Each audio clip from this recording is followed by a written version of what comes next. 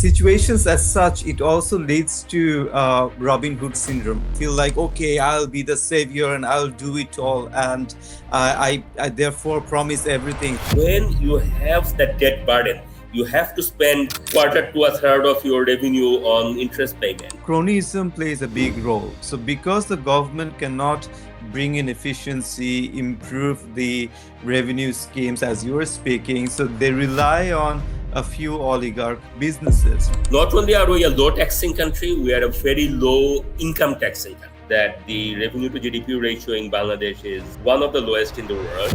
Do not promise much, no need. Do not try to do much, no need.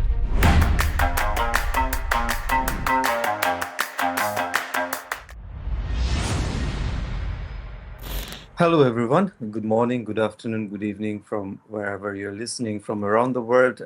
Welcome to the New Year's first show of J&J podcast. So today I'm here again with my fellow dear friend Jyoti Rahman, and I'm Md Rubaiyath Sarwar. I'm also Jyoti, so which is why this is called the J&J show, and this is our first show in 2026.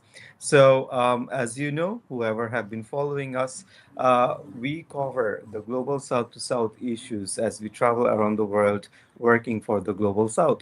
And today we will start by unpacking the priorities for economic development and policies for the global south. And on doing so, we also have some discussion on Bangladesh, which is going to have a pivotal shift in its politics and economics through the February 12th, 2026 election. So stay with us and listen to us as we unpack the challenges, the priorities, and our policy recommendations. So, Jyoti Rahman, today you're where?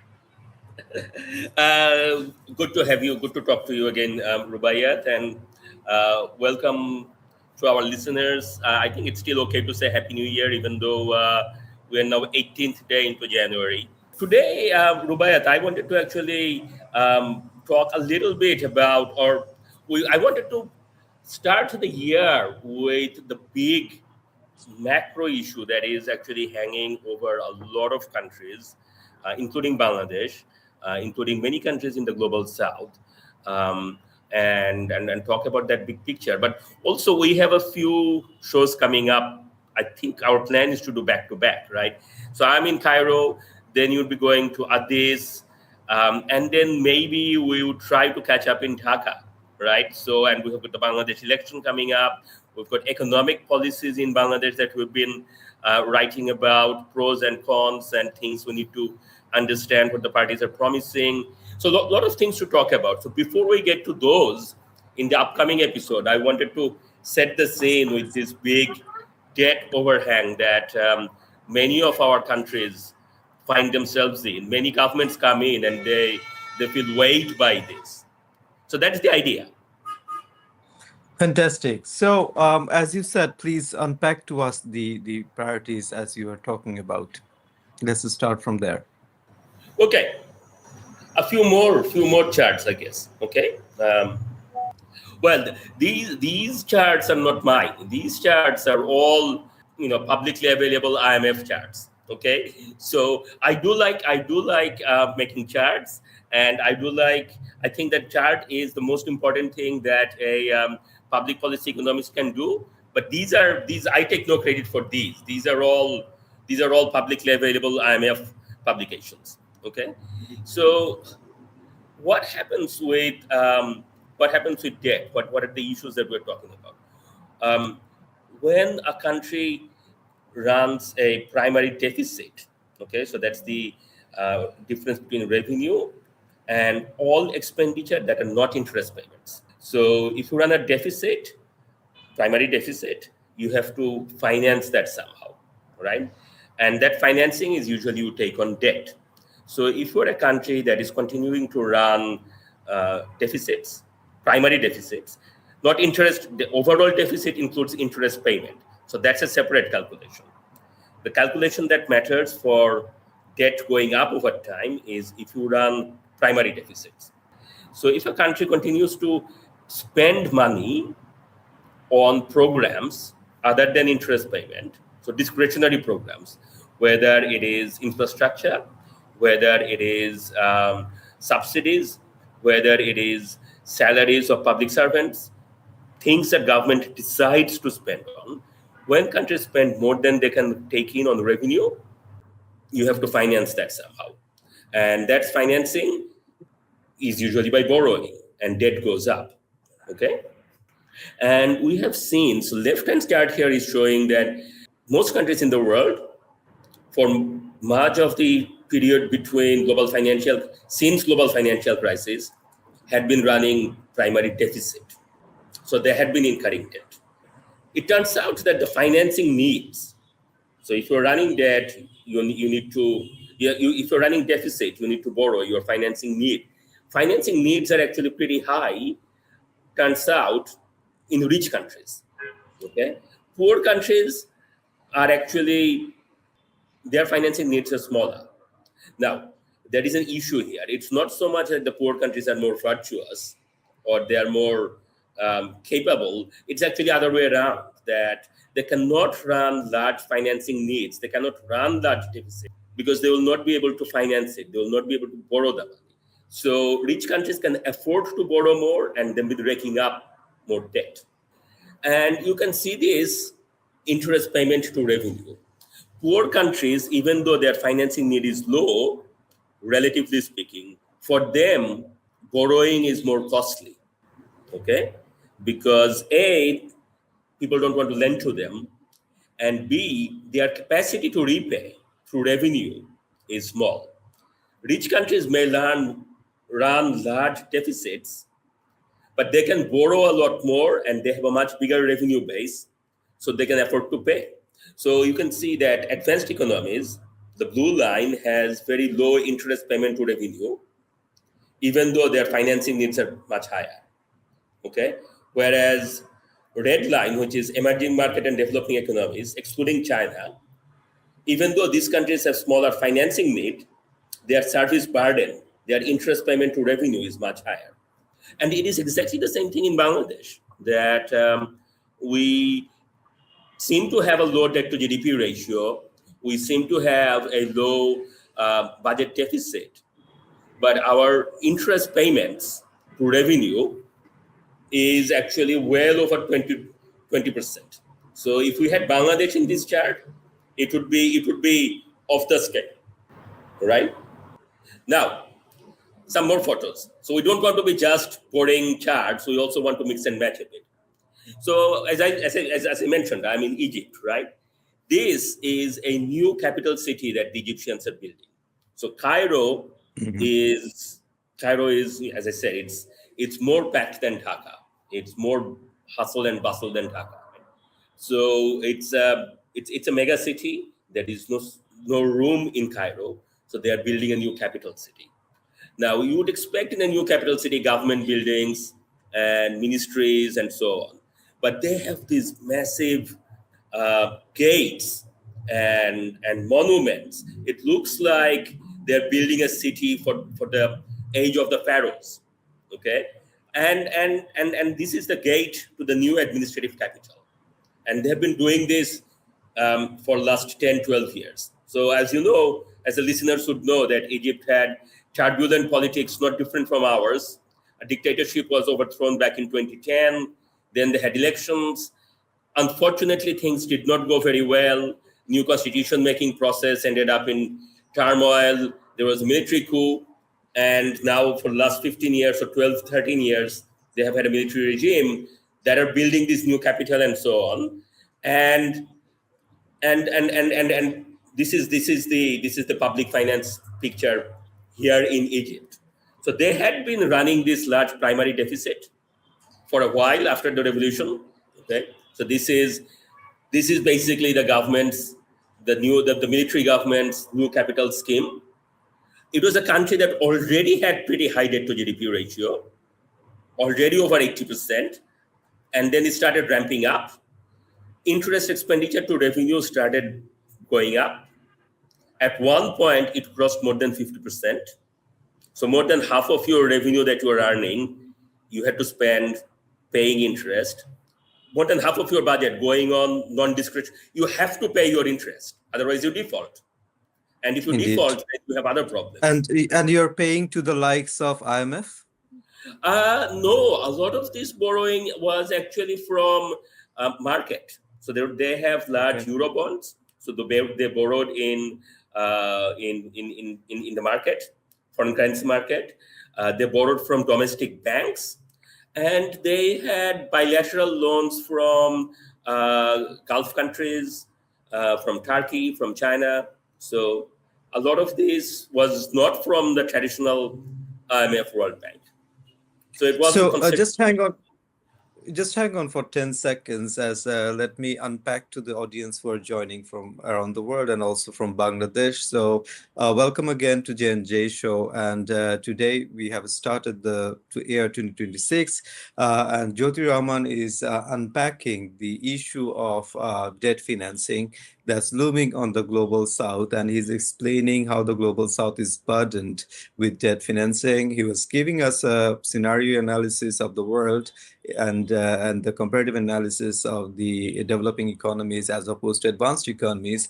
And now we are actually looking at the chart of Egypt, and he's also showing staggeringly Egypt is spending 50% of its revenue on interest payment, which is where we are. Yes, Jyoti Rahman, please continue.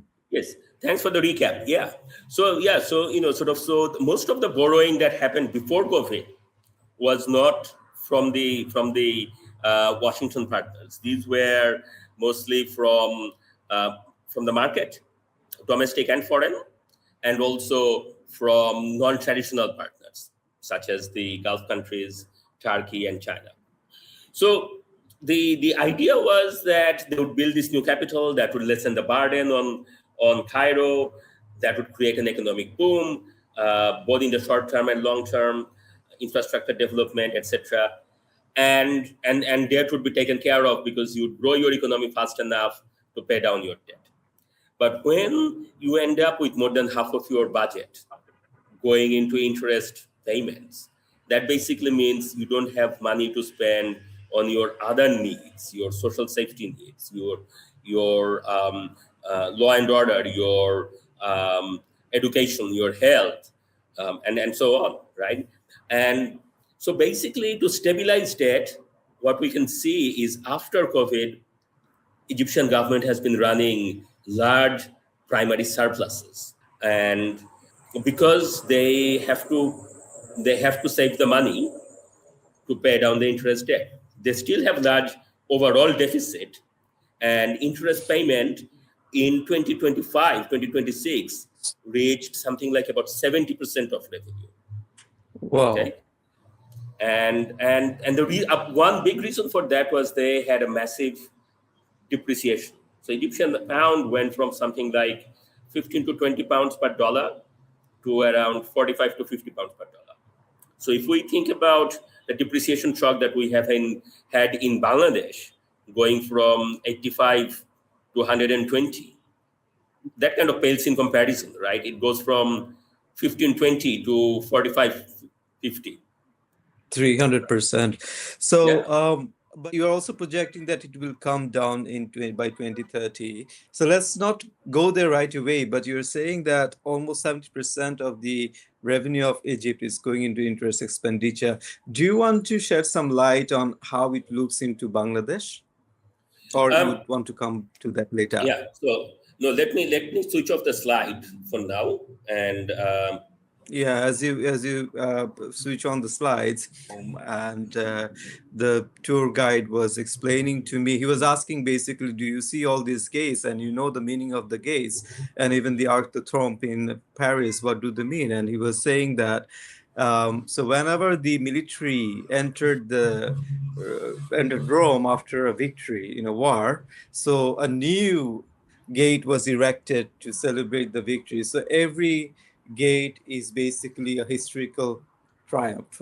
So now we don't have historical triumph anymore, but we just erect gates to probably project wealth, right? So maybe that's why Egypt is erecting all the gates. maybe. Well, so another a similar interesting thing, much less expensive, is the road naming convention here. Okay, you know how in Bangladesh every time we have a political sea change, we change our Mm. names, of the roads and streets and public Mm. buildings and so on. So what they tend Right. to do here, in Cairo and maybe in other parts of the world as well, is that they don't so much go for names but numbers. So there is a 6th of October bridge, and there is a Wow. 15th of July Avenue, or and things like that. So all these dates have meaning in the history. Some revolution took So place, or some war took we place, we or we we, we do have July 36th Avenue in Bangladesh now, right? So the we do have Purvachal the July Expressway has 36th been made. Avenue now. So That's right. so we have taken inspiration. We are learning from Egypt. So That's yeah, right. Yeah. um, yeah. So do you want Okay. to come to Bangladesh? Yes. So we want to come to Bangladesh, and so one of the things that our debt to GDP ratio, and I don't have a chart for this here, but these numbers are fairly well known in Bangladesh, so I'll just speak to it. Our debt to GDP ratio had gone up by about 10% of GDP under the Awami League regime. So it went from something like 30 to something like 40. And Mm-hmm. seemingly 40% is not that high. When you compare with countries like Egypt, 80%, it's not so high. Okay. The debt service, the interest payment to revenue for Bangladesh, it had never crossed really over 30%. It was always between 25 to 30. So compared with 70, 50, this is not bad. However, the problem is that these things can spiral out very quickly, right? So the more the worse your starting point is, little bit of shock can spiral you over. So that is one problem, um, particularly when your capacity to repay, your revenue base is so weak, and our revenue base in Bangladesh extremely weak. I think it's well Mm. accepted that the revenue to GDP ratio in Bangladesh is one of the lowest in the world, and there is not really any political appetite to tackle this. If you look at if we look at our political parties that are campaigning, on the one hand, there is an appreciation that the mega infrastructure boom and then the banking financing model of the Hasina regime is not sustainable. This is good. This is well appreciated. However, there is not any appetite to grapple with the revenue challenge. So this is one thing. Uh, the other thing, and here I'll show some charts a bit later, and this is also probably going to be useful for our future chats, which is that the leading the presumptive government in Bangladesh, the party, the frontrunner, the BNP, they have policies for boosting social safety net and so on. And we would want to talk about the efficiency of those. Maybe not today, but in future, we would want to talk about the efficiency of those and what we have learned in other countries, what we have seen. This is vital because when you have that debt burden, you have to spend quarter to a third of your revenue on interest payment. The additional money that you have left, you want to make sure that these are spent in the most efficient way possible, because the interest payment is non-discretionary. You have to spend that. So whatever discretionary payment you are making, they better be every paisa should count, right? So that is the other thing. And then the third thing to think about is, if we do end up with a situation where the fiscal burden is much bigger than we thought. So here I'll show you some charts. Yeah, Just waiting for a as you very noisy car to go by. Sure, but while we wait for your chart, I just wanted to reflect a point again. Basically, what we are talking about here is no, your chart is back. But quickly, before you move on to the chart, so as you were speaking, we're talking about, let's say, the ability for, let's say, countries like Bangladesh to pay on let's say, a revenue is low, we need to increase revenue. We need to have improved efficiency so that we can spend on initiatives that gives us more revenue, right? On the other hand, we also have the pressure to spend on social safety net because we do not want more people to go into poverty, because that also encroaches on your ability to generate more revenue. So this is a very intricate issue, and it's not a simple task to untangle it. We need to look into, let's say, all the pieces together and find ways of improving the efficiency. But what is important is to learn from the lessons from other countries, and many of these policies have been tried out in other countries. We have empirical evidence of what worked and what we did not. And dear audience, we would actually have an episode where we will be unpacking all of these policies. Yeah, Jyoti Rahman, go ahead. Before, I was telling you that there is the identified drivers of debt. You run deficit, right? You spend money that you don't have, you finance it by borrowing, debt goes up. There is also this thing called unidentified debt. And this may be, particularly for a country like Bangladesh, coming out of a political transition. These might be actually, these are the things, skeletons that we don't know what we have in the closet. So, so this is a pie chart, and it shows, again, it's a publicly available IMF chart. I didn't make it.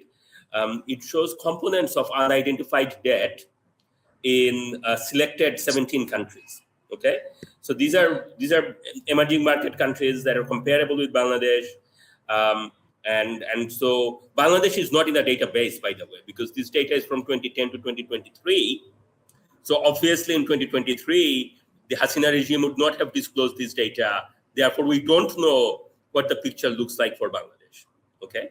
However, in that sample set of countries, you can see that there are things like extra budgetary spending, things like arrears where the government just doesn't pay debt.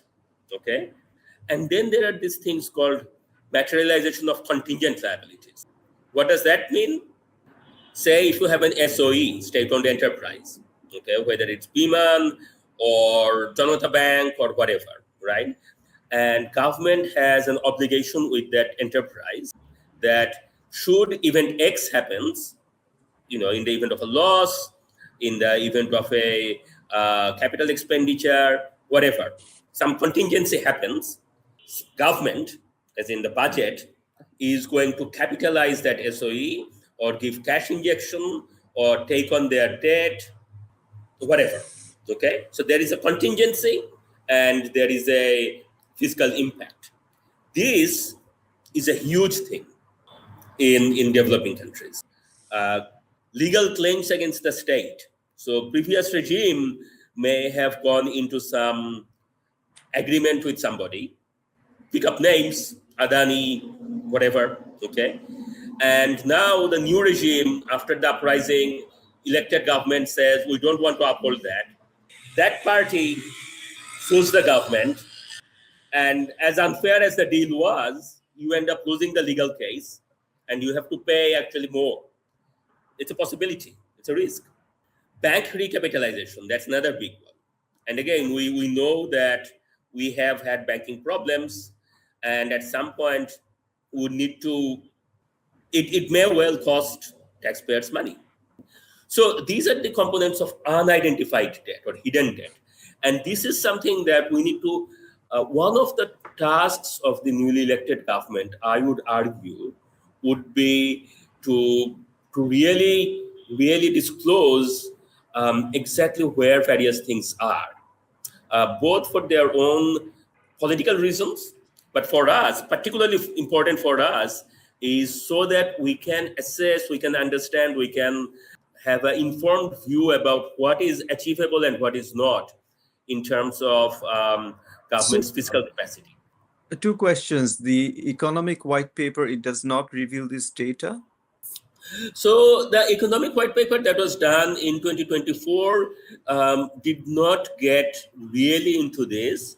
And I suspect it was because the task force was, it covered too many things, which it needed to, because that white paper was meant to be a snapshot of the entire economy. I'm talking specifically about the fiscal bit. So that is one thing. And the other thing is a lot of these skeletons are hidden inside the government plumbing, the plumbing of fiscal finance ministry. Okay. So So you need to so be you're empowered calling to do. on the great. So you're calling on the future elected government, whoever it is, to dig into this government data and publish it so that independent economic analysts like us, we can make an analysis. But what would be incentive for them for doing that? Because let's say if they hide the information, keep it to themselves, they can also use it for their own negotiations and if the data is public, maybe they would not have some wages that they would have to give into because of the challenges in negotiation. This is true. This is true. What is the incentive? It's always coming down to incentives. This is yet another IMF chart, and it shows it's a bit messy. So let me summarize this. This is distributive impact of fiscal adjustments across households. So suppose that the government does not disclose this material, and it turns out that in year 2 or year 3 of the new government, there is an adverse shock, be it a natural disaster, be it a global, another war somewhere, some scandal related to an SOE, banking problem, whatever. And all of a sudden, government has to respond and has to take these fiscal adjustment measures, because you cannot avoid your non-discretionary payment. You have to pay your bills. Therefore, you have to cut your discretionary spending. And discretionary spending are things that government wants to spend money on, because government believes that a political party has its constituency. They believe that XYZ is good for the people. That's why they want to do those things. They want to get elected to do those things. And then they want to tell the voters that, hey, we gave you XYZ, so vote for us again. That's how democracy is supposed to work. Turns out that when you have this kind of fiscal adjustment across households, it turns out that across various measures, for example, government consumption, public investment, transfers, so cash payments and so on through various cards, subsidies, income tax. So these are things. So either government raises income tax, it cuts subsidies, it cuts transfer payments. In both advanced countries and developing countries, it's the low-income households and middle-class households that suffered the most. Relative to their initial consumption, the impact of these adjustments disproportionately fall on the low income and middle class. This is cross-country evidence, right? So again, Bangladesh is not in this data set because Bangladesh has not had to go through this. So this is very interesting. I'm just trying to connect the dot. So let's say if you are saying that fiscal adjustments will affect the low-income households more, and we will require some sort of fiscal adjustments in Bangladesh. So are we then projecting that there would be some impact on the low-income households, further impact? So in that context, schemes like Family Card from BNP, do they become then relevant? So this is why we need to really understand what kind of fiscal mess we are in, right? So it may be that the incoming government is better served by actually digging in and disclosing that, look, the mess is this big, and we have to take these steps to to adjust. And as a result of that, here are XYZ that are not feasible in year 1 or year 2 or year 3. Now, this is a downside scenario. I don't know how big the fiscal mess is, right? I don't think any of us outsiders know. I don't think people who are in political parties, they know either, because they're not in government. And a lot of these things are, a lot of these things you wouldn't know until you actually go and open the closet. Right. So fantastic. Sorry. So what actually we are hearing here from Jyoti Rahman today is that there is a should I call it Pandora's box, waiting for the future elected government that they would open up. Nobody knows what is in there. Maybe the bureaucracy knows, or those who are there know. So we would have to wait, and maybe once the box is opened, we will have another show. So mark the date today that we said there will be a box opened, and we will come back to that. Okay, move on, please, Jyoti Rahman. Sorry for uh, obstructing you. No. I think, like, sort of this is and the other thing is that this is typical measure, right? This does not have to be the path that Bangladesh follows, because one particular thing which is on the right hand side that I want to draw your attention to, which is income tax. Okay, in other countries, in most other countries, income tax is already well established. In Bangladesh, it's not. In Bangladesh, most of our tax revenue, we already have a very low income tax, very low tax to revenue, a very low revenue to GDP ratio, as we all know.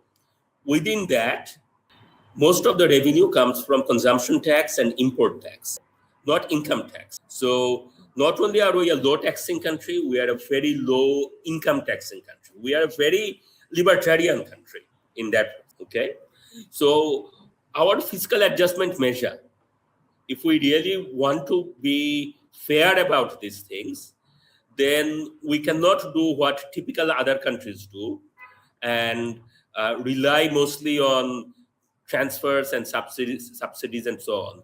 We have to bite the bullet of taxing the rich or taxing the well-off through their income.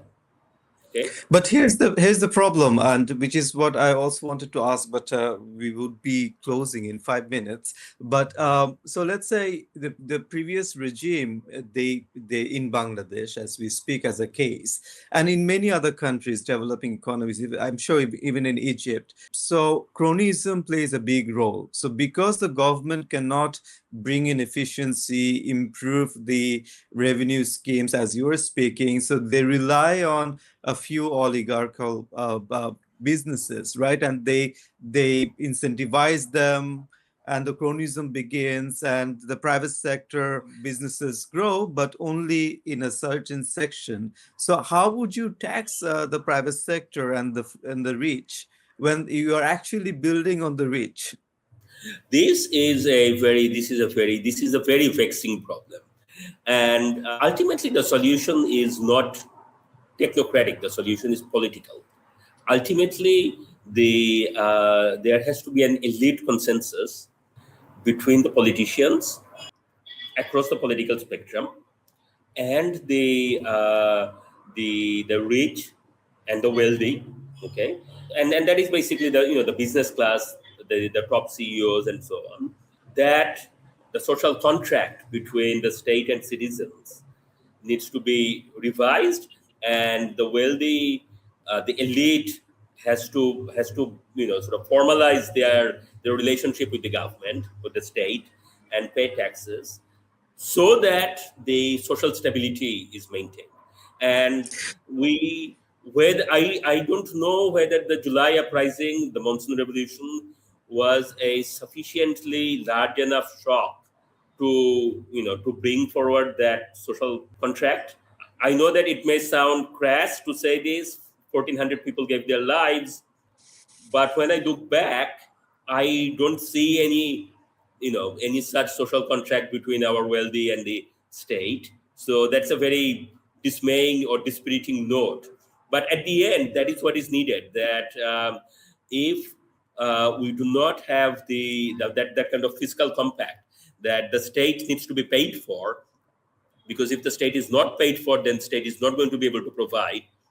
If the state is not going to be able to provide, then you are going to have upheavals and revolutions, and when that happens, the wealthy is not going to be spared either, right? So if we haven't gotten that sense yet, then So thank you so much for bringing the issue of social contract. I bumped onto it in my early career, actually. So, and I saw I mean, it comes from social science. Nevertheless, when we are working on economics, it's extremely important how social contract builds trust. And without that trust, you actually cannot move that engine. It's a social dimension, but very much an economic precursor. Now, the challenge here is that, let's say, even if I'm in some way able to convince the CEOs, the investors, the businesses, the rich, that we need to tax you because of this and that reason,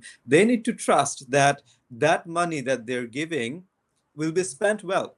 So a few days back, we were trying to figure this out. Let's say the aid money is shrinking, but we still have the social issues.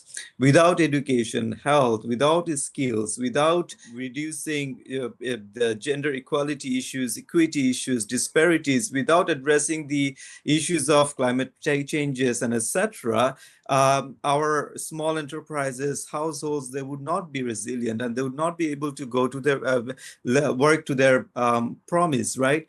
So where will this money come from? Because we don't have the revenue budget. So, and then we were basically suggesting that, like in India, they're doing, the corporations are taxed 2%, so that that money goes to CSR, and that money is now coming to fund all these initiatives, right? So if we do that, for example, we suggest that 2% should be given by all these corporations to have strong CSR activities. They need to have trust that this money will be spent well. So similarly, if you're taxing them, then they need to have trust that your money is going to, let's say, improve these and these indicators, which will in return improve their demand and sales and expenditure and revenue, and therefore they grow. So that cycle, it requires a lot of meticulous planning, strategic efforts, but more importantly, it requires, I would say, a good faith in all the parties, and all the parties, political, social, economic, they would have to respond to their trust well. You are right, absolutely. That trust is the vital thing, and we all have. So put it this way: that there was in Bangladeshi context, in Egyptian context, or in Nigeria, or in many other places, bad politics creates distrust. So we had incredibly bad politics, and there was no trust at all. We didn't even trust, and many of us still don't trust any government data at all. I happen to trust them a lot more, but even I don't trust a lot of them, right? So rebuilding that trust is vital. But also here is a note for optimism, at least as far as Bangladesh is concerned, which is that there are a lot of scrutiny because we are now able to criticize, we are now able to comment and so on. And we should seize that opportunity, and we should keep pushing. So we should keep asking for full disclosures, particularly on fiscal issues. We should keep asking for more analysis. Sunshine is the best disinfectant. Indeed, indeed. So do you have any further slide, or we continue to our closer and wrap up? Sorry, Do you have any further slide that you have on the closet? I do have one more. Please go ahead. Yes. Yeah. So, but this is probably going to be the ending slide, or the last slide. By the way, I loved your Australian, what do you call that? Those trousers, short Okay. trousers. No, I think I have run out of the slides. You have covered. Okay. No, I think that is it. So I think yeah, I think also looking at the time, we're closing into 43 minutes. So if we want to recap all of these things, at the very highest level, I would say that whenever a new government comes in a country like Bangladesh, whether through a revolution, whether through an election, you are never going to enjoy that honeymoon period ever again. Countries like ours in global south are not easy places to govern. So make use of that honeymoon period and come clean. These are not your fault. So if you are a new government in Bangladesh, you're a new government in Egypt or Nigeria or Ethiopia or wherever, Indonesia, wherever, the skeletons that you have inherited are not your fault, but they will soon become if you don't handle them. So I would say that in your first opportunity, disclose whatever you have inherited. And if that means that you will not be able to keep some of the things that you have promised, people will probably understand. Great. Just to reflect a little bit from my side as well, situations as such, it also leads to Robin Hood syndrome. And that is bad, because what happens is that you want to feel like, okay, I'll be the savior and I'll do it all, and I therefore promise everything. So I've seen that across the global south, and That's right. I've been into countries whenever there was an election, and I saw all these campaigns. And believe me, the campaigns that are happening in Bangladesh right now are not new. I've seen that in other countries, and it failed. So, and it all comes from initially from the let's say perspective of, let's say, doing a lot good and changing everything, and then soon it becomes corrupted. The incentives change, and then it becomes a sticky situation, and the government eventually can't come back. So we also need to, I would say, be cautious as we traverse this road. Do not promise much, no need. Do not try to do much, no need. Take the road easy, safe. And there are a lot of, I would say, global empirical evidence that we now have on what worked and what it did, what did not work, and everything that you have explained today. And allow me to recap for our audience who have joined late. So, what today Jyoti Rahman was explaining is that countries like Bangladesh and countries in the global south, which are low income countries, they have a huge pressure to pay interest. Their debt to GDP ratio is high. And because they have to pay a lot of their revenue in interest payment, they are not able to pay for other essential growth interventions, which includes, for example, health, education, and so on and so forth.